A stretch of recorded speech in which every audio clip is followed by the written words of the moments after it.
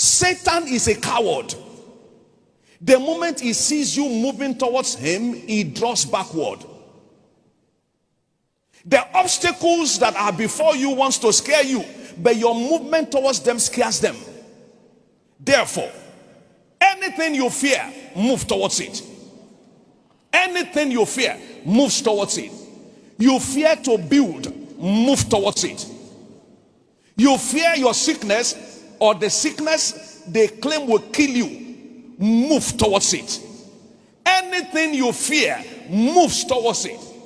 Are you called to do business and you are afraid, where will I get money from? Move towards it. Move towards it. That's what we mean by daring faith. Faith Tabernacle shall be built in 1 year. The day after the prophecy, let's go to the place and start pulling the rope to measure the size of the building. Anything that scares you, move towards it. Are you called into ministry and you are wondering, how will this be? Move towards it. That's what the Lord told the children of Israel. Now, the Red Sea was before them. Pharaoh's army was behind them. And the children of Israel began to complain. And Moses looked up to God, and God said to him, tell the children of Israel to go forward. Exodus 14:15. Where will you be going from now? Let me hear you very well. Tell them to go forward. Faith is forward looking. Faith is forward talking. And faith is forward moving. Faith does not know backward movement. Faith does not know sideways movement. Faith moves forward. Announce again, where are you moving to from here? We are moving forward. We are moving forward. Say with me, I'm moving forward. Hebrews chapter 11 verse 29. See what Moses did. By faith, he led them to pass through the Red Sea as by dry ground, which the Egyptians are saying to do were drowned. They thought it was bold face. They didn't know it was bold heart. You see, when you are revelation drunken, you don't see circumstances before you. No. Their faith dried up the sea over the night. If they didn't move, the waters would not have moved backward. Every challenge before you is challengeable. All you need to do is to take a step. Step taking is what scares the devil most.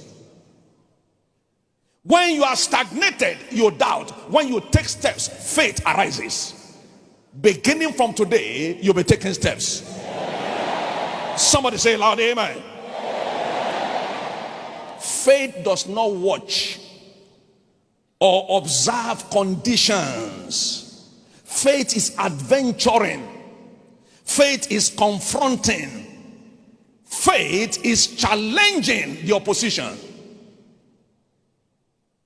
Whatever you fear, take step towards it, and you will discover that it is not really there. Those of us who may have observed this, driving in hot days, you see the street having some form of white fire in front of you. The closer you drive towards it, the farther it goes from you. That's what like the devil does. He wants to scare you. Say with me, I refuse to be scared. Say it again, I refuse to be scared. Taking steps. Taking steps. The power to continue to take steps, receive it right now. What kind of faith is it that must be put in place? Rest proven faith. Rest. God goes to work only when you take your rest. God goes to work only when you take your rest. In surgical operations, there is what is called anesthesia. You can imagine, without putting you to sleep, a doctor wants to cut your eyes. Will you allow him? You hold his hand. Even if hefty people are holding your hand together, you shake your head. Because you see knife coming close your eyes. Anxiety, worries. So what they do first of all is to put you to sleep. They numb your body. They lift your hand, it drops. They shake your head, no answer. They say, now doctors, go into action. Go into action. That's how faith works. If you don't go to rest, God cannot go to work.